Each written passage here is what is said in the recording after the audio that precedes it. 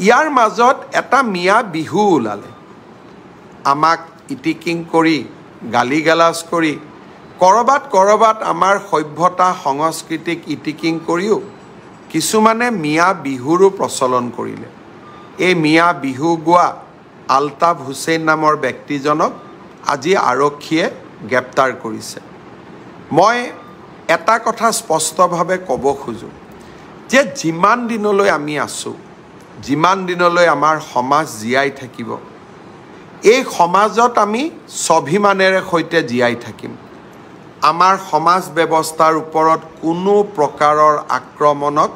আমি গ্ৰহণ নকৰোঁ আৰু আমাক এনেকুৱা ধৰণৰ আক্ৰমণ কৰাৰ প্ৰচেষ্টাও চলাব নালাগে আমি জিন যাব লাগে মিলিব লাগে মিলাব লাগে কিছু এৰিব লাগে কিছু ধৰি ৰাখিব লাগে কিন্তু যদি এৰি দিয়াৰ প্ৰৱণতাৰ পৰিৱৰ্তে অকল ধৰি ৰাখাৰ প্ৰৱণতাহে হয় তেতিয়া কোনো জাতিয়েই নতুনকৈ অহা সমাজখনত জিন যাব নোৱাৰে আমি প্ৰত্যেকটো পৰ্যায়তে মনত ৰখা উচিত যে আমি এখন সমাজলৈ আহিছোঁ এইখন সমাজত আমি জিন যাব লাগিব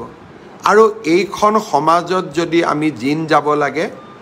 এইখন সমাজৰ মৌলিক চৰিত্ৰসমূহক আমি মানি চলিবই লাগিব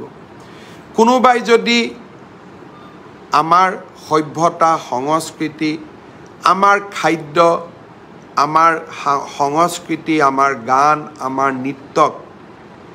খুব বেলেগ ধৰণে ইয়াক